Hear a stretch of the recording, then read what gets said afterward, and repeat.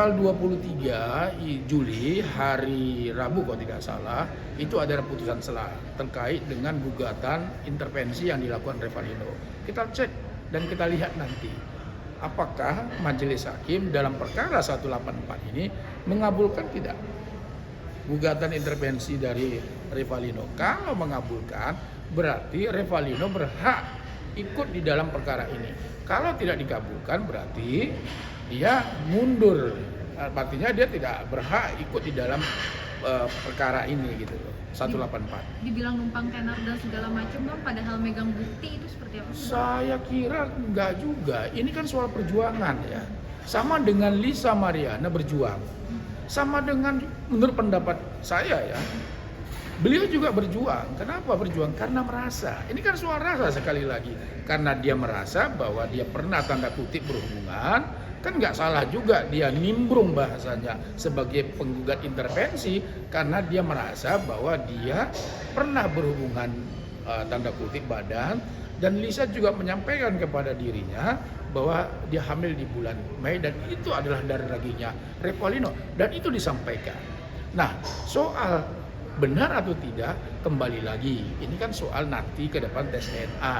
Nah, kalau misalnya identik dengan Revalino, ya harus dihargai. Kalau diidentik dengan Pak Ridwan Kamil juga harus dihargai. Tapi sekali lagi, semua itu nanti akan, ya Barreskrim lah akan menentukan. Ya kita tinggal tunggu aja. Bang, sempat juga ada media yang menanyakan ke pihak Lisa Mariana bahwa gugatan 16,6 M-nya ini tidak berdasarkan tidak ada dasar hukumnya ya Bang, karena anaknya juga belum Iya. diakui. Tapi dia menyebut sebenarnya bukan uang Bang, hanya ingin ada pengakuan lah dari sosok ayahnya itu. Kan Gimana? nggak bisa, namanya kan gugatan perbuatan melawan hukum. Gugatan perbuatan melawan hukum pasal 1365 KUH Perdata itu kan soal ganti rugi. Nah, beliau meminta ganti rugi dalam gugatannya bahwa telah terjadi hubungan biologis antara RK dengan dirinya sehingga lahirlah anak, kan itu. Nah, sekarang buktikan secara hukum. Kan itu nih. Nah, kalau nggak bisa dibuktikan secara hukum, berarti kan ada unsur PMA-nya nggak terpenuhin. Nah, kemudian dia bilang dia menuntut ganti rugi, pemeliharaan anak dan segala macam.